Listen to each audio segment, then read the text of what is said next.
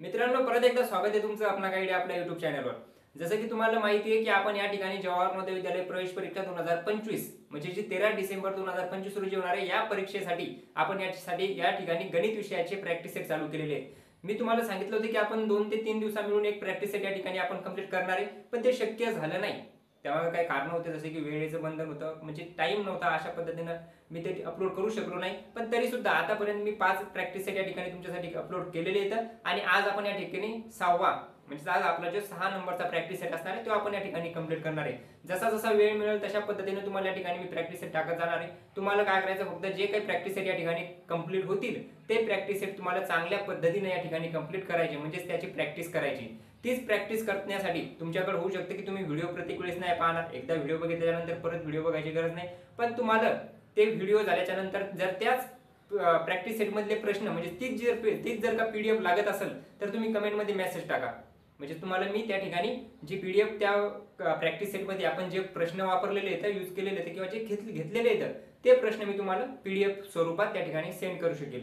आणि त्यासाठी तुम्ही मला व्हॉट्सअपवर सुद्धा मेसेज करू शकता। तुम्हाला नंबर या ठिकाणी चॅनलच्या डिस्क्रिप्शन मध्ये दिलेला आहे। त्याचबरोबर आतापर्यंत बऱ्याच जणांना जे काही जुने विद्यार्थी असतील ज्यांना आतापर्यंत 5च्या 5ही प्रॅक्टिस सेट कंप्लीट केले आणि आज आपला या ठिकाणी 6वा प्रॅक्टिस सेट कंप्लीट करण्यासाठी या ठिकाणी आले, तर त्याला या ठिकाणी अवघड काहीच वाटणार नाही। तेच ते प्रश्न या ठिकाणी रिपीट वाटतील, पण या ठिकाणी काही किमती चेंज होतील, काही प्रश्न नवीन दिसतील, तर या ठिकाणी तुम्ही ते प्रश्न पाहून घेऊ शकता। आणि त्या ठिकाणी आता तुमचे मार्क्स म्हणजे स्कोर सुद्धा तुम्ही बघत असाल पहिल्या प्रॅक्टिस सेट पासून आतापर्यंत तुम्हाला या प्रॅक्टिस सेट मध्ये किती फरक झाला, किती फरक जाणवला हे तुम्ही कमेंट मध्ये नक्की सांगा। आता काही जण नवीन असतील, त्यांना माहित नसेल की नेमकं करायचं काय, तर या ठिकाणी आता तुम्हाला प्रत्येक वेळेस सांगायची गरज नाही, पण जे विद्यार्थी नवीन असतील त्यांच्यासाठी की या ठिकाणी तुम्हाला प्रश्न दिसतील ते आपण या ठिकाणी सॉल्व्ह करणार आहे। पण फक्त यायचं बसायचं आणि ते प्रश्न बघायचे असं करायचं नाही। आपण करणार काय, ज्यावेळेस पण इथे प्रश्न तुम्हाला हायलाइट होईल म्हणजे ज्यावेळेस पण प्रश्न तुम्हाला या ठिकाणी दिसेल त्यावेळेस तुम्ही व्हिडिओ स्टॉप करणार आणि त्याचं उत्तर तुम्ही काढणार। उत्तर काढल्याच्या नंतर असं करत करत तुम्ही 20च्या 20ही प्रश्न या ठिकाणी कंप्लीट करणार आणि शेवटी पूर्ण व्हिडिओ पाहणं झाल्याच्या नंतर तुम्ही या ठिकाणी सांगणार की तुमचे 20 पैकी किती प्रश्न या ठिकाणी बरोबर आले। मग याचं तुम्ही रेकॉर्ड ठेवणार की आजचा प्रॅक्टिस सेट तुम्ही पहिल्यांदा केला, याच्यात तुम्हाला किती मार्क पडले, त्याच्यानंतर दुसरा प्रॅक्टिस सेट कंप्लीट केला, त्याच्यात किती पडले, असं रेकॉर्ड ठेवल्याच्या नंतर काय होईल की तुम्हाला कळेल की तुमचा याच्यात इम्प्रूव्हमेंट कशी व्हायली, किती मार्क तुमचे दररोजच्या दररोज प्रॅक्टिस सेट नुसार वाढत चालले। कारण असं म्हणजे परीक्षा येईपर्यंत, परीक्षा तर खूप लांब राहिली अजून, म्हणजे 2 ते 2.5 महिने या ठिकाणी तुमच्याजवळ अजून आहेत, पण हे जे 2 ते 2.5 महिने परीक्षा येईपर्यंत तुमचे गणित विषयात पैकीच्या पैकी मार्क या ठिकाणी होतील। आणि जर का गणित विषयात तुम्ही पैकीच्या पैकी मार्क मिळवले तर बुद्धिमत्ता आणि मराठी या विषयात मार्क मिळवणं काहीच कठीण नसते, तुम्हाला माहितच आहे। मग पूर्ण विषयात जर म्हणजे पूर्णच्या 3ही विषयात जर तुम्हाला आउट ऑफ मार्क्स मिळत असतील तर तुमचं सिलेक्शन नाही होणार, तर मग होणार कोणाचं? तर आता आपण लगेच काय करणार आहे, प्रॅक्टिस सेट 6 सुरुवात करणार आहे। तर आता तुम्हाला वाटत असेल की 2 ते 3 मिनिट वाया घातले आपण, पण वाया नाही घातले, तर हे काय करायचं ते तुम्हाला मी अगोदर सांगितलं। आता लगेच आपण या ठिकाणी पाहू प्रश्न क्रमांक 1 पासून।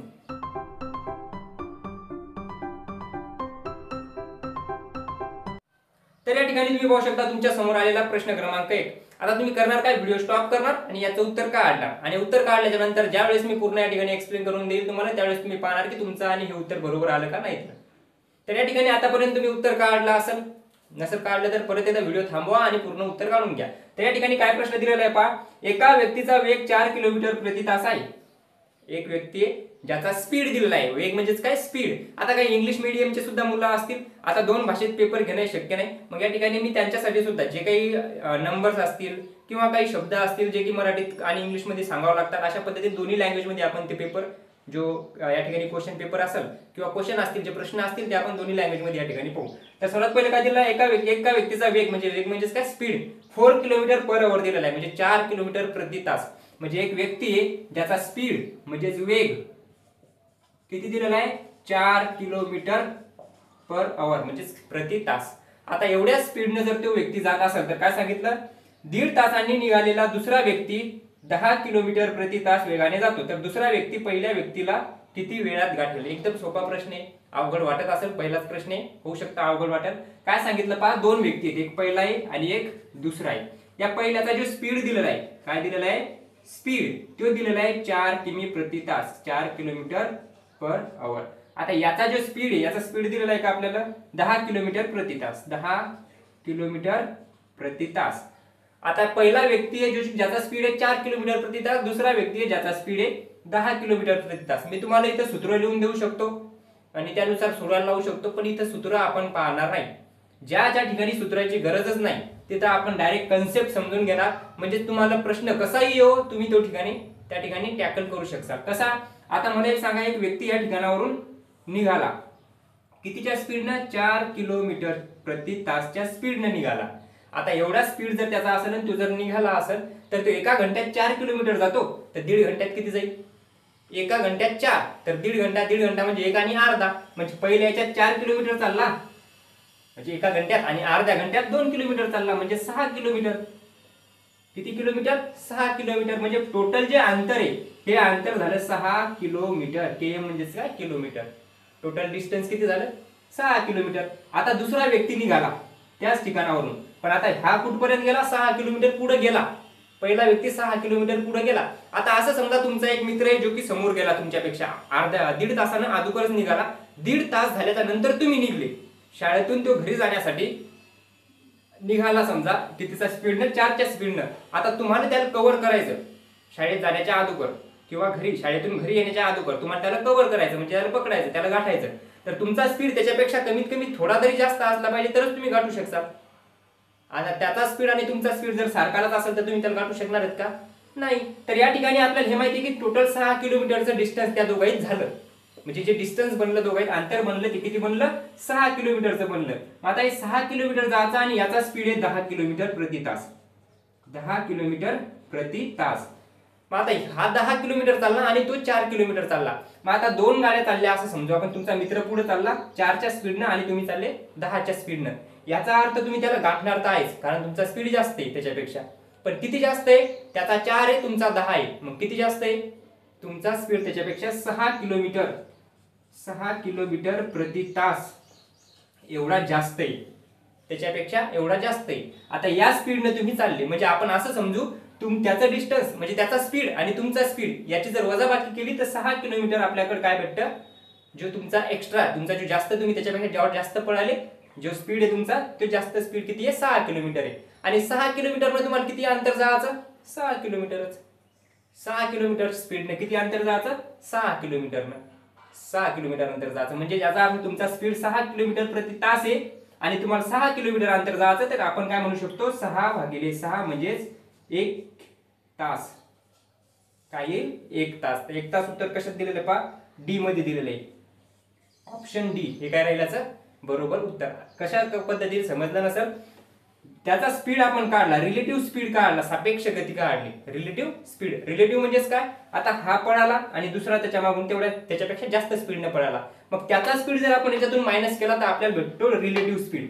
याचा अर्थ आपण समजू त्याचा स्पीड काय झाला? 0 आणि आपला काय झाला? जेवढा तो पळत होता, ज्या स्पीडने तो पळत होता तो आपण मायनस केला. मग जो शिल्लक राहिला तो राहिला 6 किलोमीटर प्रति तास. मग एका तासात 6 किलोमीटर जातो आणि जायचं किती? 6 किलोमीटर जायचं. मग 6 किलोमीटर जाण्यासाठी त्याला 1 तास लागणार ना. इथं जर 12 किलोमीटर डिस्टन्स असतं तर त्याला 2 तास लागले असते. अशा पद्धतीने आपण याचं उत्तर बिना फॉर्म्युलाचं काढू शकतो. समजला असेल? नसेल समजलं तर परत एकदा काय करा, व्हिडिओ मागे घेऊन पहा. पण एकदम चांगल्या पद्धतीने मला असं वाटतं की समजलं असेल. याचं उत्तर काय रे? ऑप्शन क्रमांक डी हे राहील याचं बरोबर उत्तर. समजलं असेल तर लगेच आपण आता या ठिकाणी आता दुसरा प्रश्न पाहू. दुसरा प्रश्न तुम्हाला एकदम सोपा दिलेला आहे. काय दिलेला आहे पहा? गुणाकाराचा आणि भागाकार. गुणाकार आणि भागाकार, पण कशाचा? दशांश अपूर्णांकाचा गुणाकार आणि भागाकार करायचा. काय करायचं या ठिकाणी? 0.3 गुणिले 0.3 त्याच्यानंतर गुणिले 0.3 इंटू 0.3. परत इंग्लिश मराठीमध्ये 0.3 into 0.3 into 0.3 into divided by 0.3 divided by किती दिलेले ते? 0.09. याला तुम्हाला सॉल्व्ह करायचं. एकदम सोपं आहे. तुम्ही केलं असेल तर लगेच या ठिकाणी पहा. काय करणार? अगोदर या ठिकाणी गुणाकार दिलेला आहे आणि या ठिकाणी भागाकार दिलेला आहे. याला जशा पद्धतीने दिलेलं आहे तशा पद्धतीने उभ्या मांडणीत मांडून घेऊ. 0.3 इंटू 0.3 इंटू 0.3 डिवाइड मध्ये येते 0.09. आता करायचं काय? सर्वात पहिले गुणाकार करून घेऊ वरचा. किती आहे? गुणाकार करता वेळेस पॉइंटचा विचार करायचा नाही. ज्या ठिकाणी गुणाकार असेल त्या ठिकाणी पॉइंटचा विचार करणार नाही. मग पॉइंटचा विचार नाही करणार तर काय करणार? 3 दिलेले 3 3 3 जा 9 आणि 9 3 जा 27 म्हणजे 3 त्रिक 9 9 त्रिक 27. पण आता हे पाहणार की पॉइंटच्या नंतर किती अंक होते. म्हणजे हे जे पॉइंट दिसाला, पॉइंटच्या नंतर 1 अंक, पॉइंटच्या नंतर दुसरा अंक, पॉइंटच्या नंतर तिसरा अंक, पॉइंटच्या नंतर दशांश अपूर्णांकाच्या नंतर 3 अंक होते. मग 3 अंक आपण या ठिकाणी दशांश अपूर्णांकाच्या नंतर देणार. मग 1 2 झाला, 3 झाले 0, कारण 3 पाहिजे होते ना, मग 0 घेतला. पॉईंट या ठिकाणी येणार 0. डिवाइड मध्ये किती येते 0.09. अशा पद्धतीने दिलेले. आता पहा, इथं पॉईंट आहे, समोर 2 अंक आहेत, इथं पॉईंट आहे, समोर 3 अंक आहेत. मग हे जर पॉईंट मी इथं 2 अंक पुढे सरकवला, 1 आणि 2 घरं पुढे सरकवला, 1 आणि 2 घरं पुढे सरकवला, तर वरचा पण 2 घरं पुढे सरकावं लागल. मग वरचा पण 2 घरं पुढे सरकवला तर काय येईल 0.27 आणि या ठिकाणी येतील 9. 1 आणि 2 पुढे गेला म्हणजे 0.09 राहिले फक्त. इथं 1 आणि 2 पुढे गेला म्हणजे 2.7 राहतील. किती राहतील 2.7, कारण 1 आणि 2 घरं पुढे चाललो ना, मग 2 घरं पुढे चाललो, याचा अर्थ पॉईंट इथे येईल 2च्या आणि 7च्या मधात. आता याला सॉल्व्ह करणार, कसं करणार, पॉईंट इथं दिलेला आहे, 9 न 2ला तर भाग जाणार नाही, मग 0चा भाग जाईल, 0 पॉईंट येईल आणि 9 त्रिक 27, 9 त्रिक 27, मग 0.3 हे राहील याचा आपलं करेक्ट आन्सर. मग 0.3 तुम्हाला कशात दिलेलं आहे पहा, 0.3 दिलेलं आहे तुम्हाला ऑप्शन बी मध्ये. ऑप्शन बी मध्ये दिलेलं आहे 0.3. सोपा प्रश्न होता, याचं उत्तर तुम्हाला नक्कीच आलं असेल. लगेच पाहू आपण तिसरा प्रश्न. परत एक तिसरा प्रश्न या ठिकाणी काय दिलेला आहे, बेरीजचा प्रश्न दिलेला आहे. दशांश अपूर्णांकाची बेरीज, गुणाकार भागाकार शिकले तुम्ही लगेच आता याच्या अगोदर. दुसऱ्या प्रश्नात तिसरा पाहू बेरीजचा काय दिलेला आहे. परत एक दिलेला आहे 0.343434, 0.343434. याची तुम्ही आडवी मांडणी करून पण करू शकता, पण सोपं जाईल. त्याच ठिकाणी आपण काय करू, उभी मांडणी करू. आता ज्यावेळेस बेरीज असती त्यावेळेस काय करावं लागतं, पॉईंटच्या खाली पॉईंट घ्यावा लागतो. बेरीज किंवा वजाबाकी, सबट्रॅक्शन असेल किंवा ऍडिशन असेल तर आपण पॉईंटच्या खाली पॉईंट घेतो. दुसरी संख्या दिली 0.34, 0.34. आता या ठिकाणी काऊन नाही लिहिलं, कारण पॉईंटच्या खाली पॉईंट आला पाहिजे. इथं पण पॉईंट आहे, इथं पण पॉईंट आहे. त्याच्यानंतर दिलं 0.343, 0.343. अशा पद्धतीनं पॉईंटच्या खाली पॉईंट घेणार. बाकी इकडे किती अंक असो, इकडे किती अंक असो, राईट साईडला आणि लेफ्ट साईडला किती अंक आहेत ते बघायचं नाही. सरळ सरळ बेरीज करून घेणार. या 4च्या खाली कोणीच नाही, 4च राहतील. 3च्या खाली कोणीच नाही, 3 राहतील. 4च्या खाली कोण नाही, 4 राहतील. 3 + 3 9, सॉरी 3 + 3 किती 9 का 6, 4 + 4 + 4 12. इथे येतील 2, इथे येतील कॅरी 1. 3 त्रिक 9 आणि 1 10चा 0 या ठिकाणी येईल 1. पॉईंट दिला जाईल 1 येईल, म्हणजे 1.026, 1.026,434. तर पर्याय राहील आपला ए. ए इज द करेक्ट आन्सर. हे काय राहील आपलं बरोबर आन्सर राहील. बेरीजचा प्रश्न होता एकदम सोपा. तुम्ही जर नवोदय विद्यालय म्हणजे नवोदय परीक्षेची तयारी करत असाल तर बेरीज वजाबाकी तुमच्यासाठी काहीच नाही. त्याच्यानंतर पहा आपण लगेच 4 नंबरचा प्रश्न काय दिलेला आहे पहा. 4 नंबरचा प्रश्न दिलेला आहे, थोडासा होऊ शकतो तुम्हाला विचार करायला लावल, पण एकदम सोपा प्रश्न दिलेला आहे. काय दिलेला आहे, एका वर्गाच्या वर्गलेखात 40% विद्यार्थी गणितात, 30% विद्यार्थी विज्ञानात, 10% इंग्रजीत, तर उर्वरित इतर विषयात. तर इतर विषयात किती टक्के विद्यार्थी आहेत. ठीक आहे, पासिंग झालेले विद्यार्थी येतं किंवा काहीतरी दिलेलं आहे की कोणत्या विषयात कोणत्या विद्यार्थ्यांनी भाग घेतला, कोणता विषय कोणत्या विद्यार्थ्याला आवडतो, अशा पद्धतीचे प्रश्न तुम्हाला विचारले जातात. एकदम सोपा आहे. तुम्हाला एक गोष्ट माहिती असेल, कोणतीही गोष्ट परिपूर्ण आहे याचा अर्थ ती 100%. तुमच्या वर्गात 10 विद्यार्थी आहेत आणि 10 पैकी 10 आले म्हणजे 100% विद्यार्थी आले. तुमच्या वर्गात 50 विद्यार्थी आहे, 50 पैकी 50 आले याचा अर्थ 100% विद्यार्थी आले. तुमच्या वर्गात 100 विद्यार्थी येतात, 100 पैकी 100 विद्यार्थी आले याचा अर्थ 100% विद्यार्थी आहेत. म्हणजे संख्या काही असो, पैकीच्या पैकी म्हणजेच 100%. मग जर का तुमच्या वर्गात 100% विद्यार्थी होते, किती टक्के विद्यार्थी होते, 100%. मग 100% विद्यार्थ्यांपैकी याच ठिकाणी काय सांगितलं, 40% विद्यार्थी गणितात गेले. किती टक्के, 40% विद्यार्थी गेले. त्याच्यानंतर या 100 मधलेच किती टक्के, 30% विज्ञानात गेले किंवा विज्ञानात पास झाले. गेले म्हणजे काय, पास झाले असतील. त्याचबरोबर गणित झालं, विज्ञान झालं, नंतर इंग्रजीत म्हणजे इंग्लिश विषयात किती, 10% विद्यार्थी. यातले 10% विद्यार्थी इंग्लिश मध्ये. किती झाले, 40, 50, 60, 70, 80, टोटल झाले 80. 100% पैकी 80% गेले, राहिले किती, 20%. किती टक्के, 20%. मग 20% काय असणार, याचं बरोबर उत्तर असतं. याची बेरीज करायची, जेवढे बाकीच्या विषयात होते तेवढे 40%. 100 पैकी 40 गेले, 100 पैकी 30 गेले, 100 पैकी 10 गेले, टोटल बेरीज झाली 80, राहिले किती, 20% फक्त. मग 20% असणार बाकीच्या विषयात. एकदम सोपा प्रश्न होता, फालतू प्रश्न होता. काय दिलेलं आहे, 20% कुठे दिलेलं आहे, पर्याय क्रमांक ए. ए राहणार याचं करेक्ट आन्सर. आला असेल तुम्हाला. त्याच्यानंतरचा प्रश्न बघा आहे या ठिकाणी तुम्हाला थोडंसं फास्ट वाटत असेल पण एकदम सोपे प्रश्न आहे, त्यामुळे आपण जिथं गरज आहे तिथं त्या प्रश्नाला तेवढा टाइम देऊ, बाकीचे प्रश्न एकदम फास्टमध्ये घेऊ. कारण जास्त 1-1.5 तासाचा जर या ठिकाणी 20 प्रश्न जर होत असतील तर तेवढीही गरज नाही आपल्याला एवढा टाइम द्यायची कोणत्याही प्रश्नाला. मग त्यामुळे आपण या ठिकाणी जेवढे प्रश्न आहे जेवढे फास्ट होतील तेवढे फास्ट घ्यायचा प्रयत्न करू. किती नंबरचे झाले? 4 झाले. आपला 500 नंबरचा 5 नंबरचा प्रश्न काय दिलेला आहे? 500 मिलीमीटर म्हणजेच किती लिटर? एक मापाचं दिलेलं आहे. काय दिलेलं आहे? 500 मिलीमीटर. आता तुम्हाला एक माहिती पाहिजे, 1 लिटर, कारण आपल्याला प्रश्न लिटर मध्ये विचारला. बरोबर, 1 litre is equal to 1000 milli. 1000 milli म्हणजे 1 लिटर म्हणजेच किती असतं? 1000 मिलीलिटर असतं. मिली म्हणजेच काय? मिलीलिटर. मग तुम्हाला विचारलं की 500 मिलीलिटर, मिलीमीटर का मिलीलिटर? मिलीलिटर. 500 मिलीलिटर म्हणजेच किती? आता एकदम सोपा प्रश्न आहे पहा. हे 500 या हजाराचे अर्धे येतं. हे 500 या हजाराचे अर्धे येतं. मग या 1 चा अर्धा किती? 1 चा अर्धा म्हणजेच किती? 0.5. 0.5 लिटर. समजलं का? काय केलं?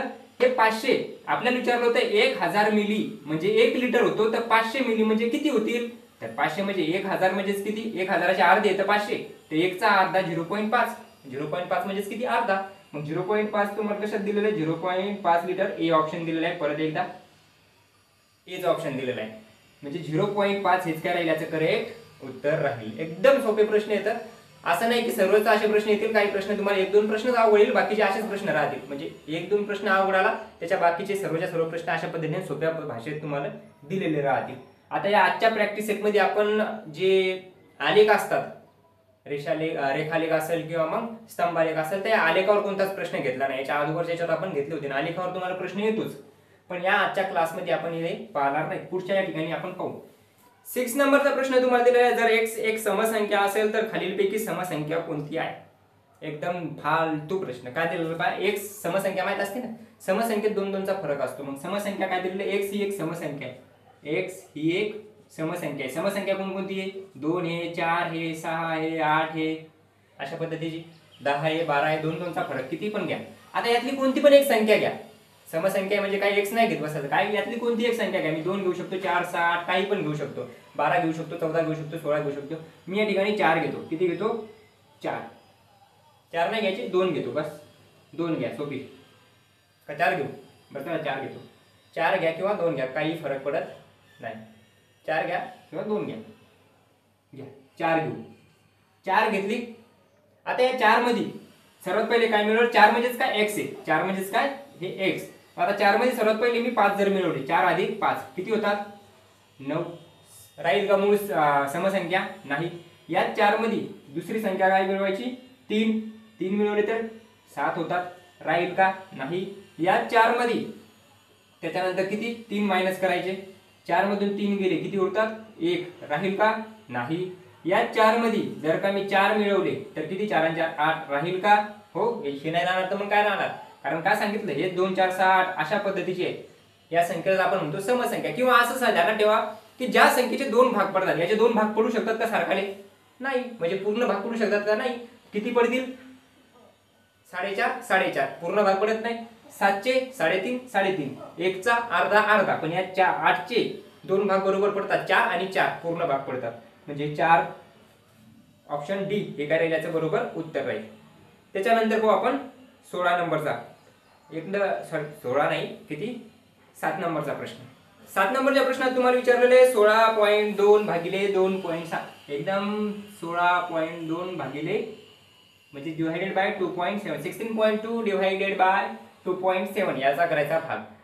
पॉइंट आहे, पॉइंटच्या नंतर एकच अंक आहे. पॉइंट आहे, पॉइंटच्या नंतर एकच अंक आहे. मग मी जर काही आलं वर पण 10 न मल्टिप्लाय केलं, खाली 10 न मल्टिप्लाय केलं तर इथं 162 राहतात आणि या ठिकाणी 27 म्हणजे 27 राहतात. कशा पद्धतीनं? एक एक घर जेवढं वरचा पॉइंट जेवढे घर पुढे जाईल तेवढाच खालचा पण जाईल, जेवढा खालचा जाईल तेवढाच वरचा पण जाईल. किंवा जे समोर जरी घेतला तरी फरक पडत नाही, माग घेतला तरी फरक पडत नाही, पण दोन्ही ठिकाणी कसा सारखा नाही. मग इथं झाले. आता इथे एक घर पुढे गेला, इथे एक घर पुढे गेला. आता याला पहा 9 न भाग जातो, 3 न पण भाग जातो. इथं 6, 7, 8 आणि 9. इथं पण 9 न भाग जातो, इथं पण 9 न भाग जातो. मग 9 न भाग देऊ. 9 त्रिक 27. आणि 9 1 9 6 आणि 7 9 8 72. भाग देऊन पहा बरोबर. 3 5 15 3 6 18 म्हणजे उरले किती 6. तर 6 राहील याचं करेक्ट आन्सर. ऑप्शन दिलेला आहे 6 ए मध्येच. सर्वच्या सर्व ऑप्शन हेच झाले का काय? सर्वच्या सर्व हेच दिसायले त्या ठिकाणी. तर या ठिकाणी काय आन्सर राहील आपलं 6 राहील. ऑप्शन ए हे आन्सर याचं बरोबर राहील. त्याच्यानंतरचा पाहू आपण 8 नंबरचा प्रश्न. काय दिलेला लगेच पहा. 8 नंबरचा प्रश्न तुम्हाला विचारला, एका भिंतीची लांबी 5 मीटर आणि उंची 4 मीटर आहे, त्याचे क्षेत्रफळ किती? उंची आणि लांबी आणि रुंदी दिलेली किंवा लांबी आणि उंची दिलेली. काही देऊ द्या ना, एक भीत हे भीत माहिती तुम्हाला, एक रुंदी किंवा लांबी असते आणि एक उंची असते. अशा पद्धतीने आपण म्हणू शकतो. लांबी रुंदी म्हणा किंवा उंची आणि लांबी म्हणा. याला आपण काय म्हणणार की एका भिंतीची लांबी आणि 5 मीटर दिली, उंची 4 मीटर दिली, तर क्षेत्रफळ किती राहील? आता क्षेत्रफळ काढण्याचा फॉर्म्युला काय असतो? लांबी गुणिले रुंदी. कशाचं? आयताचं. आता आयत काय असतो? ज्याच्या दोन्ही बाजू म्हणजे चारही बाजू सारख्या नसतात, तर आयत असतो. म्हणजे सारख्या बाजू नसतात म्हणजे कसं? समोरच्या बाजू सारख्या असतात पण सर्वच्या सर्व सारख्या नसतात. काय सांगायलो? हे पहा, चौरस काय असतो? चौरस असतो ज्याच्या चारही बाजू समान असतात. ही जर 2 असेल तर ही पण 2, ही पण 2, ही पण 2. आयत काय असतो? त्याच्या समोरच्या दोन बाजू सारख्या असतात. ही जर 4 असेल तर ही 4 राहील, ही जर 2 असेल तर ही पण 2 राहील, पण सर्व बाजू सारख्या नसतात. अशा पद्धतीने आता हे आयत जो दिला तुम्हाला, म्हणजे हे जे काय दिलेलं आहे, एक भिंत दिलेली भिंत, तर ही सांगितली 5 आहे आणि हे सांगितलं 4 आहे. तर ही पण 5 राहील, ही पण 4 राहील. आणि याचं जे क्षेत्रफळ असतं, क्षेत्रफळ का त्यावेळेस आपण कोणत्याही या दोन किंवा या दोन बाजूचा करतो गुणाकार. मग 5 चूक किती? 20 चौरस मीटर. हे काय राहील याचं करेक्ट आन्सर राहील. 20 चौरस मीटर कोणतं दिलेलं आहे? पर्याय क्रमांक बी. पर्याय ऑप्शन बी हे दिलेलं आहे आपलं करेक्ट आन्सर. काय करणार? लांबी गुणिले रुंदी किंवा लांबी गुणिले उंची म्हणजेच आयताचं क्षेत्रफळ. याचं क्षेत्रफळ कसं काढतात? याचं क्षेत्रफळ काढतात बाजूचा वर्ग. कधी तुम्हाला याचा पण विचारू शकतात. बाजूचा वर्ग म्हणजे 2 चा वर्ग म्हणजेच 4 चौरस मीटर. ते झालं त्याचं. आपल्याला विचारलं होतं आयताचं. आयत म्हणून नाही सांगितलं, पण एक जे आकार दिलेला आहे भिंतीचा तो आयताकृती होता. मग आपण काढल्याचं लांबी गुणिले रुंदी म्हणजेच किंवा लांबी गुणिले उंची म्हणजेच 20 चौरस मीटर स्क्वेअर. त्याच्यानंतर पाहू आपण, त्याच्यानंतर काय पाहणार आहे? पुढचा प्रश्न. दुसरं काय पाहणार आहे? पुढचा प्रश्न पाहणार आहे. पुढचा प्रश्न किती दिलेला आहे? 9 नंबरचा. लगेच पाहू. 9 नंबरच्या प्रश्नात तुम्हाला विचारलेलं आहे की 91/65 91/65 च्या व्यस्त संख्येचा गुणाकार. व्यस्त म्हणजे काय करायचं? याला व्यस्त करायचं. व्यस्त करणं म्हणजे खालची संख्या वर, वरची संख्या खाली. व्यस्त करणे म्हणजे काही जास्त अवघड नाही. व्यस्त म्हणजे त्याला काही बिझी करा असं नाही. व्यस्त म्हणजे काय? खालची वर लिहायची 65 लिहायची आणि वरची खाली लिहायची 91 खाली लिहायची. त्याच्यानंतर विचारलं की 91/65 च्या व्यस्त संख्येचा गुणाकार 65 91 च्या व्यस्त संख्येची. आता परत दुसरी संख्या दिली 65/91. याची गुणाकार व्यस्त जर केला तर आपण ते होणार 91/65. म्हणजे ही संख्या उलटी झाली, ही संख्या पण उलटी झाली. या दोन्हीचा करायचा गुणाकार. कसा येईल पहा? 65/91 इंटू 91/65. काय येईल? हे 91 हे 91 कटतील म्हणजेच एक न भाग जाईल. हे 65 हे 65 कटतील म्हणजे 1 न भाग जाईल. वर पण एक आणि खाली पण एक. यालाच गुणाकार व्यस्त करायचं म्हणजेच उलट करायचं. परत 1/1 म्हणजेच काय? 1. काही केलं तरी 1च उत्तर येणार. मग याचा आन्सर राहील 1. 10 नंबरचा प्रश्न तुम्हाला नफा आणि तोट्यावर विचारला. एका वस्तूवर 10-15% नफा झाला, विक्री किंमत 690 रुपये असेल तर खरेदी किंमत किती? खरेदी किंमत म्हणजे 100% असते. तुम्ही वस्तू केवढ्याला आणली म्हणजे तुमच्या खिशातून किती रुपये गेले ते झाली 100%. मग आता त्याला फायदा घेतला. फायदा घेतला म्हणजे कोणी जर एखादी वस्तू आणली विकण्यासाठी तर तो फायद्यातच विकणार, तोट्यात ते विकणार नाही. फायदा म्हणजे जास्त पैसे घेणे आणि नफा म्हणजे कमी पैसे म्हणजे आपलं नुकसान होणं. म्हणजे फायदा म्हणजेच नफा आणि नफा आणि फायदा याचा अर्थ काय? आपला फायदा होणं. नफा म्हणजेच फायदा होणं. म्हणजेच मी एखादी वस्तू हे पेन 5 रुपयाला आणला, 10 रुपयाला विकल्या म्हणजेच काय झालं? मला 5 रुपये नफा झाला. आणि तोटा म्हणजे काय? मी आणला 10 रुपयाला आणि विकला 5 रुपयाला म्हणजे नुकसान. म्हणजेच नफा म्हणजे फायदा आणि तोटा म्हणजे नुकसान.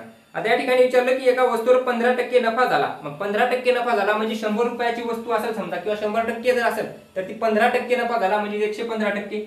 115% म्हणजे 690 रुपये. 690 दिले येतं 690 रुपये. तुम्हाला विचारलं की 100% म्हणजे किती? तर तुम्ही काय करणार? 100% म्हणजेच किती अशा पद्धतीने लिहून घेणार. हे कशासाठी लिहून घेतले? हे जर जुने असाल तुम्ही तर तुम्हाला कळायला असेल. याचा करणार आपण तिरपा गुणाकार. तिरपा गुणाकार कसा करणार, जिथं दोन संख्या दिलेल्या आहेत का, आता इथे संख्या दिलेली नाही ना, मग जिथं संख्या नाही दिली ती खाली लिहिणार, म्हणजे 115 आणि हे खाली लिहिणार, जिथं दोन संख्या दिलेल्या आहेत 100 आणि 690 ते वर लिहिणार. मग 690 गुणाकारात 100 भागाकारात किती येतील 115. चिन्ह लिहायचं काम नाही, पण प्रश्नार्थक चिन्ह काही लिहायचं काम नाही. मग याला 5 न भाग जाईल, याला 5 न भाग जाईल, याला 5 न भाग जाईल. 5 दोन्ही 10, 5 त्रिक 15, 5 दोन्ही 10, इथे राहिले 20, 23 आणि या ठिकाणी भाग जर दिला तर कितीचा भाग जाईल, तुम्ही जर बघितलं तर 3 त्रिक 9 होतात आणि 2 त्रिक 6 होतात, म्हणजे 3 चा भाग जाईल, ते 3 त्रिक 9. हा, तर या ठिकाणी किती उरतील 30. 3 दोन्ही 6 आणि 2 शून्य जशाला तसे, म्हणजे 600 रुपये तिची किंमत होती. किती, 600 रुपये. म्हणजे 600 रुपयाची वस्तू मी 690 रुपयाला विकली. मग 600 रुपये पर्याय कोणता आहे, परत एकदा ऑप्शन ए, ऑप्शन एच. परत एकदा ऑप्शन काय दिलेला आहे, एच दिलेला आहे. 600 रुपये राहील त्याचं बरोबर आन्सर. याच्यानंतरचा प्रश्न पहा काय दिलेला आहे. तर आतापर्यंत तुम्ही 10 प्रश्न कंप्लीट केले, अजून आपले 10 प्रश्न बाकी येतात. तर या ठिकाणी 10 प्रश्न कंप्लीट होईपर्यंत तुम्ही इथं थांबले म्हणजे याचा अर्थ तुम्हाला खरंच अभ्यास करायचा आणि जवाहर नवोदय विद्यालयामध्ये प्रवेश मिळवायचा. मग अशाच पद्धतीने अजूनही पुढचे 10 प्रश्न तुम्ही कंप्लीट करणार आहे. पण त्या अगोदर या 10 पैकी तुमचे किती प्रश्न बरोबर आले ते कमेंट मध्ये सांगा. म्हणजे याने काय होईल की तुम्हालाही कळेल की आपला प्रश्न कुठं चुकायला, कोणत्या ठिकाणी आपल्याला गरज आहे अभ्यास करण्याची, कुठं आपल्याला अजून इम्प्रूव्हमेंट करता येतं, कुठं आपले मार्क्स वाढू शकतात हे तुम्हाला कळतं. त्यासाठी या ठिकाणी तुम्ही सांगा की नेमका कोणता प्रश्न तुमचा चुकला. आणि त्याचबरोबर तुमच्यासाठी एक अजून एक गोष्ट, जर का तुम्हाला एखादा टॉपिक कळत नसेल किंवा नफा तोटा आता प्रश्न झाला आणि तुम्हाला नफा तोटा शिकेलच नाही, तुम्ही माहितच नाही त्याचा प्रश्न कसा सोडवायचा, काय सोडवायचा, त्याच्या टॉपिकवरच जर तुम्हाला व्हिडिओ पाहिजे असेल, प्रश्न नस नाही डायरेक्ट टॉपिकवरच, तो कन्सेप्ट क्लिअर नसेल तुमचा, तर तो कन्सेप्ट क्लिअर करण्यासाठी तर ते सुद्धा कमेंट मध्ये सांगा की या टॉपिकवर व्हिडिओ पाहिजे तुम्हाला. मग त्या ठिकाणी मी तशा पद्धतीने त्या टॉपिकवर म्हणजे त्या धड्यावर तुमच्यासाठी एक व्हिडिओ बनवू शकतो.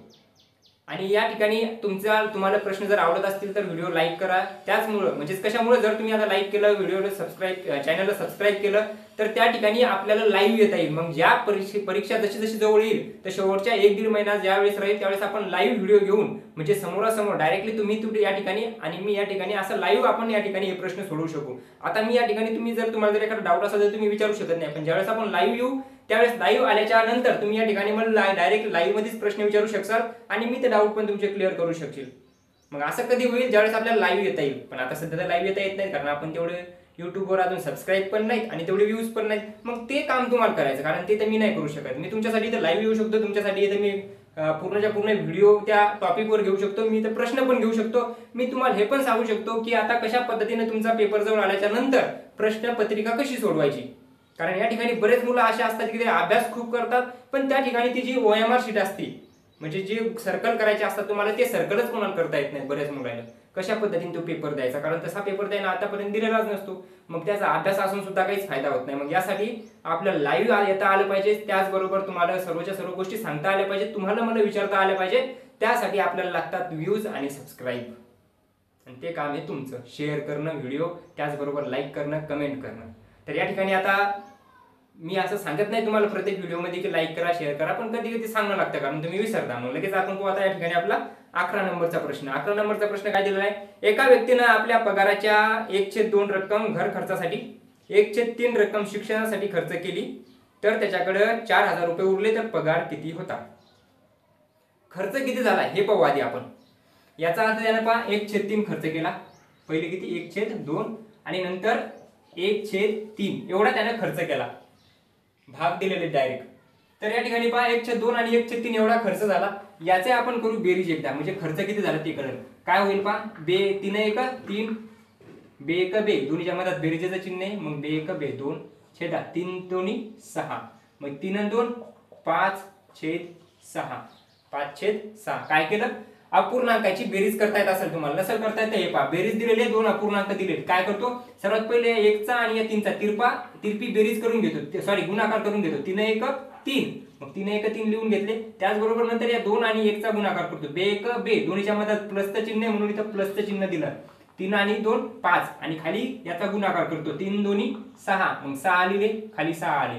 याचा अर्थ त्यानं 6 रुपये जर कमवले तर तो 5 रुपये खर्च करतो.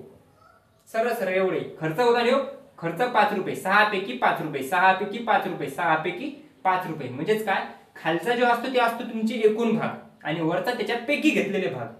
मग 6 पैकी 5 खर्च झाला, राहिला किती 1 भाग, कमाई किती राहिली 1 भाग. दिलं काय, त्याच्याकडे 4000 रुपये उरले. मग एक भाग जो उरला, एक भाग जो उरला तो एक भाग म्हणजेच किती येतं, 4000 येतं. हे 6 पैकी 5 गेले, 6 हातून 5 गेले किती उरतो, 1.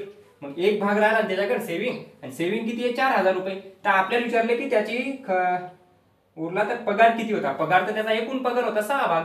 मग एक भाग बरोबर 4000, तर 6 भाग बरोबर किती. आलो आपण परत त्याच एका फॉर्म्युल्यावर, त्याच एका सूत्रावर, जे की तुम्हाला मी पहिल्या व्हिडिओपासून सांगितलं, काय, तिरपा गुणाकार. काय करणार, जिथं चिन्ह दिलेले ते खाली घेणार, म्हणजे एक खाली घेणार आणि हे 6 आणि हे 4 वर घेणार. 6 गुणिले 4000 भागाकारात 1 घ्यायचं कामच नाही, साइन चूक 24, म्हणजेच 1 2 3 24,000 हे राहिले याचे आन्सर. 24,000 रुपये त्याचा पगार असणार. 24,000 कशात दिलेले आहे, पर्याय दिलेला आहे 24,000 बी मध्ये. आता बी ऑप्शन आले, पर्याय बी हे काय दिलेले आहे, करेक्ट आन्सर दिलेलं आहे. त्याच्यानंतरचा प्रश्न काय दिलेला आहे, 12 नंबरचा. जरासा अजून फास्ट घेऊ. 12 नंबरच्या प्रश्नात तुम्हाला काय विचारलं, जर दोन वस्तू विक्री किंमत समान असेल, एक 15% नफा आणि दुसरीवर 15% तोटा झाला, तर व्यवहारात काय होईल. अशा पद्धतीचे जे दोन वेळेस नफा फायदा झाला, तोटा झाला, दोन्ही गोष्टी जर होत असतील तर तुम्ही काय करणार पहा. सर्वात पहिले फायदा झाला, सर्वात पहिले काय झालं, 15% नफा. मग काय करणार तुम्ही, फायदा झाला म्हणून प्लस बेरजेत किती, 15 असं करणार. नंतर नुकसान झालं किती, म्हणून नुकसान म्हणल्यावर -15, काय -15. आता काय झालं, या ठिकाणी प्लस करणार आपण, कधी पण काय करणार, प्लस 15 गुणिले 15. छेदात काय घेणार, छेदात किती घेणार, कारण टक्केवारी काढायची असती 100. बस अशा पद्धतीने तुम्ही जाणार. म्हणजे सुरुवातीला झालेला नफा, नंतर झालेला तोटा, नफा आणि तोटा याचा गुणाकार, आणि टक्केवारी असल्यामुळे भागाकारात 100. हे एवढं सूत्र तुम्ही लक्षात ठेवणार. काय केलं, प्लस मायनस, कारण 15%. आता इथे दोन वेगवेगळ्या संख्या पण असू शकतात, पण प्रत्येक वेळेस वेगवेगळ्या देतील असं नाही. आता मला सांगा 15 आणि 15 हे प्लस आहे, हे मायनस आहे. 15 अजून 15 गेले 0. या ठिकाणी एक मायनस होता ना, -15 होते ना, हे +15 होते, हे -15 होते. आता या 15 अजून 15 गेले 0, मग इथे 0 प्लस 15 गुणिले 15 प्लस 15 -15 किती, -225. 15चा वर्ग -225 भागाकारात 100. आता प्लस 0 ते येणार नाही काही, मग या ठिकाणी -225 -225 छेदात 100. आता या ठिकाणी पहा 100 येतं, 2 शून्य येतं. मग 2 शून्य असेल तर आपण 2 अंक देऊन काय करतो, 2 अंक सोडून पॉईंट देतो, म्हणजेच -2.25% असे याला लिहितो. आता -2.25 म्हणजेच काय, त्याला -2.25 तोटा झाला. मायनस आला म्हणून तोटा, प्लस जर आला असता तर नफा झाला असता. ऑप्शन काय दिलेलं आहे, ऑप्शन ए. ऑप्शन काय राहील, ए हे राहील करेक्ट उत्तर. 2.25% तोटा म्हणजेच लॉस. आता या ठिकाणी तर मायनस दिलेलं नाही ऑप्शन मध्ये, मग इथं मायनस कशामुळे घेतलं तेच तर सांगायला. इथं मायनस घेतलं म्हणजे तोटा झाला. आता हेच ऑप्शन तुम्हाला प्लस तोटा म्हणजे नफा पण दिलेला असू शकत होतं. जर मायनस नसतं आलं तर नफा झाला असता, मायनस आलं म्हणून तोटा झाला. याच्यासाठी सांगितलं की मायनस म्हणजे तोटा आणि प्लस जर आला असतं तर नफा. याच्यानंतरचा काय प्रश्न दिलेला आहे पहा, 13 नंबरचा प्रश्न दिलेला आहे. चला पहा इकडे काय दिलेलं आहे 13 नंबरचा. एका जागेचे माप 12 मीटर आणि 4 मीटर आहे. त्या जागेत 40 सेंटीमीटर गुणिले 40 सेंटीमीटरच्या फरशा बसवायच्या आहेत. 12 मीटर. आता 1 मीटर म्हणजे किती, सॉरी 1 मीटर म्हणजे किती सेंटीमीटर, 100 सेंटीमीटर. 1 मीटर म्हणजे 100 सेंटीमीटर. मग 12 मीटर म्हणजे किती सेंटीमीटर, 1200 सेंटीमीटर. 4 मीटर म्हणजे किती, 400 सेंटीमीटर. मग सेंटीमीटर मध्ये करून घ्या. 12 मीटर म्हणजेच 1200 सेंटीमीटर.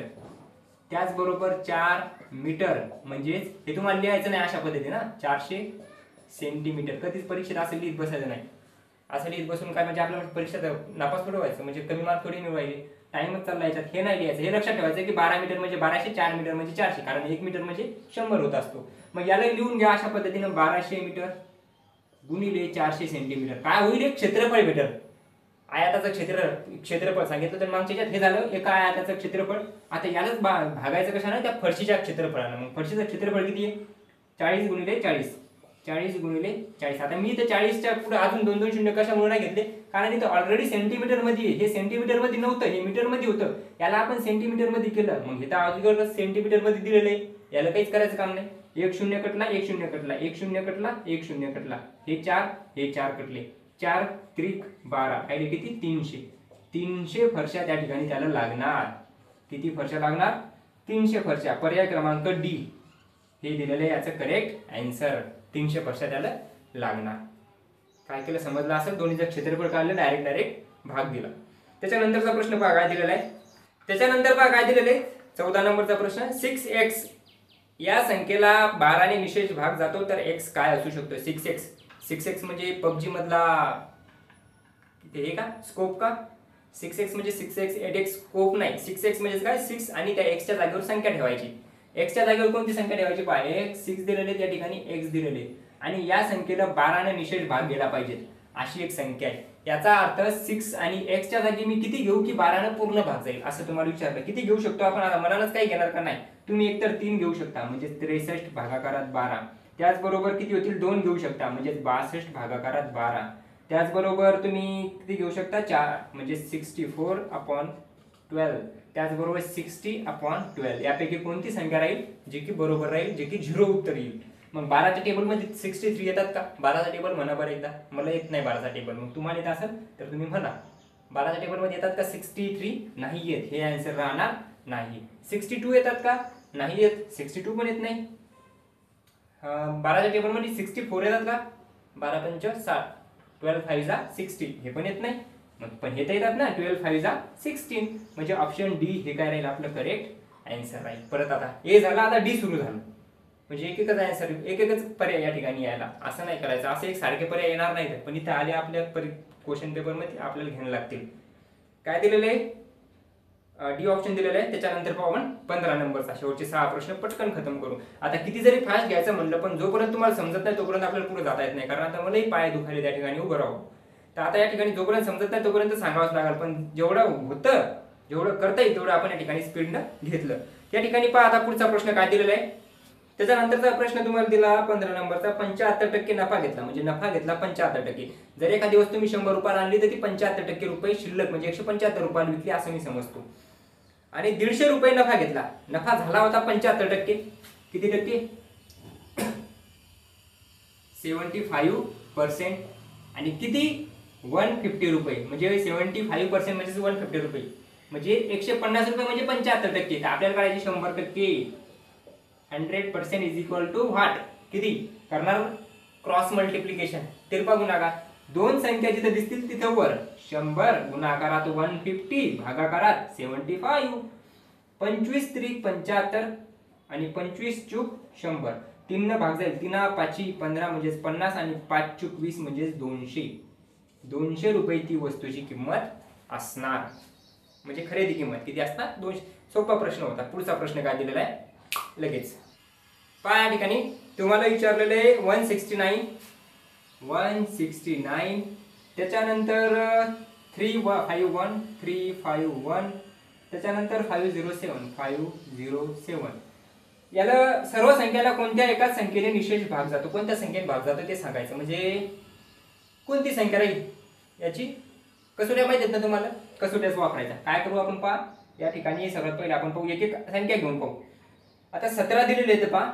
आता 17 जर घेतली मी इथे किती येते? 169. आणि 17चा टेबल जर म्हणला तुम्ही, 17चा टेबल तुम्हाला येत नाही मला माहिती आहे. आणि काय झालं येते असेल कारण मला येत नाही. मग आता 17चा जर टेबल तुम्हाला येत असेल तर 17 10 170. 17 170 होतात आणि इथे एकच कमी आहे. मग हे 17 भाग जाणार नाही इथं. कधीच जाणार नाही 17 भाग. कारण 169 आणि 170 हे तर दोन्ही एकदम जवळ जवळचे येतात. कमीत कमी 17चा फरक असला पाहिजे होता इथं. म्हणजे हे उत्तर राहणार नाही. 17 उत्तर राहणार नाही. पहा 13 दिलेले येतं, 17 दिलेले येतं, 19 दिलेले येतं आणि 11 दिलेले येतं. म्हणजेच हे उत्तर राहणार नाही. 11चा टेबल म्हणून पाहू एखाद्या संख्येला. 11 1 11. उरले किती? 5. आता 59ला 11 भाग जाईल का? नाही. 11 नाही भाग जाणार नाही.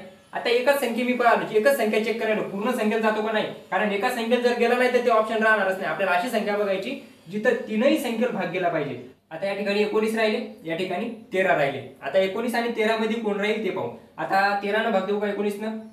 13 न देऊन पाहू डायरेक्ट किंवा मग 19 न देऊन पाहू. ठीक आहे. आता पहा एक 13 न देऊ डायरेक्ट. लहान संख्या आहे. 13चा टेबल येतो सर्वांना. तुम्हाला येत असेल मला पण येतो. मग 13चा टेबल आपण म्हणू या ठिकाणी 169 पहा बघायचंच काम नाही, कारण 169 13चा काय असतो टेबल, 169 13चा स्क्वेअर असतो, मग इथं तर भाग जाणारच. 13 राहिले किती 5, 13 पंचे 65, राहिले किती 3, 13 13 33 39, म्हणजे या ठिकाणी 13 गुणिले 13 169. या ठिकाणी परत 13 भाग देऊन पाहू. 13 13 13 26, 5 आणि 4 9, 13 7 91, म्हणजेच भाग चालला. इथं पण इथं 13 13 13 26 33 39, 13 52 येणार नाही, 33 39 40 50 10 1 11 117 आणि 13 117, 13 117, म्हणजे इथं पण भाग गेला, या ठिकाणी पण भाग गेला, इथं पण भाग गेला, इथं पण भाग गेला, म्हणजे हे 13च काय राहील आपले याचं करेक्ट आन्सर राहील. 13 काय राहील याचं करेक्ट आन्सर, कारण 13 सर्व संख्येला भाग चालला. आता 19 ने चेक करायचं का नाही चेक करायचं, कशामुळे, कारण पर्याय एकच असणार ज्याला सर्व संख्येला भाग जाईल. दोन संख्या आपण अगोदरच कट केल्या होत्या, तिसरी एक संख्या होती ज्याच्यात आपल्याला मिळालं की तीनही संख्या काय राहिल्या या ठिकाणी, त्या संख्येला भाग गेला. पुढची संख्या काय दिली लगेच पाहून घेऊ. पुढची संख्या तुम्हाला विचारलेली आहे की सर्वात लहान अभाज्य संख्या. सर्वात लहान अभाज्य संख्या म्हणजे प्राईम नंबर कोणती असते, 2 असते, दिसत नाही, 2 असते सर्वात लहान अभाज्य संख्या. त्याच्यानंतर सर्वात मोठी 3 अंकीय अभाज्य संख्या. सर्वात मोठी संख्या 3 अंकीय अभाज्य संख्या कोणती आहे, आता माहित नाही मला, मी काय करतो सर्वात मोठी 3 अंकीय संख्या कोणती ती माहिती आहे मला, कोणती असती 9 9 9 999, सर्वात मोठी 3 अंकी संख्या. सर्वात मोठी 1 अंकी संख्या 9, सर्वात मोठी 2 अंकी संख्या 99, सर्वात मोठी 3 अंकी संख्या 399, सर्वात मोठी 4 अंकी संख्या 9999, फक्त 9 9 वाढ होता तो मोठी संख्या. आता 999 पेक्षा एक लहान 998, ही मूळ संख्या नाही कारण 3 न भाग जातो, ही मूळ संख्या नाही कारण समसंख्या आहे. मग आता कोणती राहील 3 9 9 7, ही राहील मूळ संख्या सर्वात मोठी 997. 997 झाली सर्वात मोठी आणि 2 झाली सर्वात लहान मूळ संख्या. आता विचारलं काय पहा, याच्यात तुम्हाला सांगितले की या दोन्हीचा फरक 3 अंकीय अभाज्य संख्या यांच्यातील फरक किती काढायचा पहा, इथे येतील 9 9 आणि 5, हे राहील याचा फरक 995. 96 आणि 97 दोन कमी केले, याचा फरक काढला आणि विचारलं की फरक कोणत्या संख्येच्या वर्गमूळाच्या जवळपास, म्हणजे हे जो फरक निघाला हे 995, हे 995 कोणत्या संख्येच्या वर्गमूळाच्या जवळपास आहेत. आता 995 वर्गमूळ संख्या तर नाही, म्हणजे वर्ग संख्या तर नाही, कोणत्या संख्येचा वर्ग तर नाहीये, मग आता कोणत्या संख्येच्या वर्गाच्या आसपास येईल ते आपल्याला काढायचं. सर्वात पहिले तुम्हाला संख्या दिलेली 31, 31 चा वर्ग किती होतो असतो 961, बरोबर याच्या जवळपास आहे, आपण हे आन्सर घेऊ शकतो. याच्यात दुसरा अजून काही आहे का 17, आता मला सांगा इथे 31 होती का, हा 31, आता 31 हे दुसरी येते 29, 29 चा वर्ग तुम्हाला माहिती आहे का 841, बरोबर आहे का 841. आता 841 तर राहणार नाही, 841 पेक्षा कोण राहील 961, त्याच्यानंतर दिलेले 37, 37 चा काय राहील या ठिकाणी 11 1369, 1369 हे तर राहणार नाही, मग हे पण राहणार नाही. याच्यानंतर दिला 41, आता 37 चा नाही तर 41 चा कसा राहील, कारण हाच मोठा व्हायला तर हा अजून मोठा होईल, मग 41 चा पण राहणार नाही. मग या ठिकाणी 29 841 कमी आहे, मग हे 961 हेच काय म्हणू आपण, याचं बरोबर उत्तर असायला पाहिजे, कारण याच्यात आसपास दुसरी कोणतीच संख्या दिलेली नाही ज्याच्या जवळपास याचा वर्ग असेल म्हणून. मग 961 ही संख्या जवळची आहे, म्हणजे याचा आन्सर राहील 31, ऑप्शन ए हे याचा आन्सर असू शकतं, म्हणजे हेच आन्सर आहे या 4 पैकी, दुसरं नाही, कारण हेच जवळचं आहे. नियरेस्ट विचारलं आपल्याला, जवळपासचा वर्ग संख्या कोणती राहील ते विचारलं, वर्गमूळ संख्या विचारली होती, वर्गसंख्या ती वर्गमूळ संख्या ही 31 हे राहील याचं बरोबर उत्तर. त्याच्यानंतरचा प्रश्न दिलेला आहे तुम्हाला 18 नंबरचा, काय दिलेला आहे लगेच या ठिकाणी पाहू. त्याच्यानंतर तुम्हाला विचारलं एक प्रश्न 18 नंबरचा, एका वस्तूवर 25% नफा झाला असल्यास, एका वस्तूवर 25% नफा झाला असल्यास विक्री किंमत जर 500 रुपये असेल तर खरेदी किंमत किती. एका वस्तूवर 25% नफा झाला आणि विक्री किंमत हे 500 रुपये. मला सांगा काय केलं, 25% नफा घेऊन एक वस्तू विकली, हा पेन आणला होता किती रुपये आला तरी आणि विकला किती रुपये आलं 500 रुपये आलं, आणि मला किती झाला 25% नफा झाला, तर त्याची खरेदी किंमत काय, म्हणजे 100% आपल्याला काढायची. मग 25% नफा झाला याचा अर्थ 125% निघणार, 125% बरोबर किती 500 रुपये, तुम्हाला काढायचे 100%. आता 100% 500 पेक्षा कमीच येणार ना, कारण इथे 125 होते 100 येतं, तिरपा गुणाकार 100 गुणिले 500 हे माहित झालं असेल तुम्हाला कसं करायचं 125. आता 25 5 125, 25 चूक 100, 5 1 5, 100 म्हणजे 400 रुपये असणार त्याची खरेदी किंमत. एकदम सोपा प्रश्न. पुढचा प्रश्न पाहू. पुढचा प्रश्न तुम्हाला दिला आहे 19 नंबरचा. 1 लिटर दुधाचे 5 समान भाग केल्यास प्रत्येक भागाचे वजन किती? 1 लिटर म्हणजे किती? आता सर्व ऑप्शन पहा. ऑप्शन कशात दिलेले आहेत? मिली मध्ये दिलेले आहेत. मग 1 लिटर म्हणजेच 1000 मिली. 1 लिटर म्हणजे 1000 मिली. मग 1 लिटर म्हणजे 1000 मिली, तर 1000 भागिले 5, 5 दोन्ही 10 म्हणजे 200. 200 भाग करावे लागतील म्हणजे 200 मिलीचे भाग आपल्याला होतील. म्हणजे पर्याय क्रमांक सी हे राहील याचं करेक्ट आन्सर. काय केलं समजलं असेल ना? 1000 मिली, कारण लिटर ऑप्शन मिली मध्ये दिले होते म्हणून मिली मध्ये करून घेतले. 1000 म्हणजेच 1 लिटर. मग 1 लिटर म्हणा किंवा 1000 म्हणा एकच येईल. मग 1000 चे 5 भाग केले म्हणजे 5 भाग केले तर 200 मिलीचे भाग या ठिकाणी होतील. त्याच्यानंतरचा शेवटचा प्रश्न पहा आजचा. पण शेवटचा प्रश्न पहा याच्या अगोदर जर व्हिडिओ आवडला असेल तर लाईक करा, शेअर करा. कारण तुम्हाला मी कारणही सांगितलं काय कारण होतं. तर लाईक आणि शेअर कशासाठी करायचं हे पण सांगितलं. कारण आपल्याला या ठिकाणी लवकरात लवकर लाईव्ह यायचं. कारण आता तर लाईव्ह येऊ शकत नाही आपण, कारण आपल्याकडे तेवढं सबस्क्राईब, त्याचबरोबर लाईक, त्याचबरोबर शेअर, त्याचबरोबर व्ह्यूज काहीच नाही. मग लाईव्ह आल्याच्या नंतर तुमचे पूर्णच्या पूर्ण डाऊट आपण या ठिकाणी लाईव्ह कव्हर करणार फ्रीमध्ये, ते सुद्धा. म्हणजे जेवढे काही तुमचे प्रश्न असतील असं नाही की मग लाईव्ह आल्याच्या नंतर आपण बॅच चालू करणार का काही. सर्वचे सर्व व्हिडिओ आपण असेच हे क्लास काय करणार फ्रीमध्ये लाईव्ह घेणार. मग या ठिकाणी आता पाहू आपला शेवटचा प्रश्न जो की दिलेला आहे 20 नंबरचा. काय दिलेला आहे पहा. आजचा शेवटचा प्रश्न तुम्हाला विचारलेला आहे की एका संख्येतून 10 वजा केल्यावर ती मूळ संख्येच्या अर्धी राहते, तर ती संख्या कोणती? मूळ संख्येच्या अर्धी राहते याचा अर्थ मला एक सांगा. इथं कोणकोणता ऑप्शन दिलेला आहे? 20 दिलेले आहे. इथं दिलेले आहेत तुम्हाला 20, त्याचबरोबर दिलेले 30, त्याचबरोबर या ठिकाणी तुम्हाला अजून 25 आणि 15. 25 आणि 15. आता याच्यातून जर 10 वजा केले, प्रत्येकातून 10 वजा केले तर इथं उरतात 10, इथं उरतात 20, इथं उरतात 15, इथं उरतात 5. तर तुम्हाला सांगितलं की ती मूळ संख्येच्या अर्धी राहते. मूळ संख्या म्हणजे एखादी मूळ संख्या नाही. मूळ म्हणजे ती सुरुवातीला जी होती ती, म्हणजे किती? 20 होती, 30 होती, 40 होती, 15 होती, याच्या अर्धी राहते. आता या 15च्या अर्धे 5 आहेत का? नाही. या 25च्या अर्धे 25 होतात का? 15 होतात का? नाही. 30च्या अर्धे 20 होतात का? नाही. 20च्या अर्धे 10 होतात का? तर बरोबर. मग ती संख्या आहे 20. पर्याय क्रमांक ए हे राहील याचं करेक्ट आन्सर. म्हणजेच आतापर्यंत जे 20 प्रश्न आपण शिकलो ते 20ही प्रश्न तुम्हाला या ठिकाणी समजले असतील. चांगल्या पद्धतीने तुमचा अभ्यास झाला असेल. आतापर्यंत तुमचे प्रश्न आजचे सोपे प्रश्न होते. आजच्या याच्यात तुमचे 20 पैकी किती प्रश्न बरोबर आले? आता तुम्हाला जर वाटत असेल कट ऑफ कितीचा, म्हणजे आजच्या याच्यात जर तुम्ही आतापर्यंत 5 कंप्लीट केले असतील आणि 6वा टॉपिक म्हणजे 6वा प्रॅक्टिस सेट पण तुम्ही कंप्लीट करत असाल तर तुम्हाला किती मार्क्स यायला पाहिजे होते? मग तुमची प्रगती चांगली आहे का वाईट? तर कमीत कमी तुमचे या ठिकाणी इथं 18 प्रश्न बरोबर यायलाच पाहिजे होते. आणि जर 18 प्रश्न बरोबर आले असतील तरी असं समजा की तुमचा अभ्यास चांगल्या पद्धतीने चालू आहे, चांगल्या पद्धतीने अभ्यास तुमचा झालेला आहे. आणि 18 प्रश्न जर बरोबर आले असतील तर ते कमेंटमध्ये सुद्धा सांगा. 18 आले असतील, 19 आले असतील किंवा मग 20 आले असतील. आणि जर का तुम्ही नवीन असाल, म्हणजे आज पहिल्यांदा जर या ठिकाणी आले असाल तरी सुद्धा तुमचे या ठिकाणी कमीत कमी 12 ते 13 प्रश्न बरोबर यायला पाहिजेत होते. म्हणजे आज जर पहिला टॉपिक असेल, म्हणजे पहिला प्रॅक्टिस सेट जर असेल तर व्हिडिओ कसा वाटला ते कमेंटमध्ये नक्की सांगा. आवडला असेल तर लाईक करा, शेअर करा. चॅनलवर नवीन असाल तर चॅनलला सबस्क्राईब करा. लगेच आपण या ठिकाणी थोड्या दिवसात लगेच या ठिकाणी प्रॅक्टिस सेट 7 कंप्लीट करणार. तर भेटूया पुन्हा एकदा प्रॅक्टिस सेट 7 घेऊन. तोपर्यंत जय हिंद, जय महाराष्ट्र.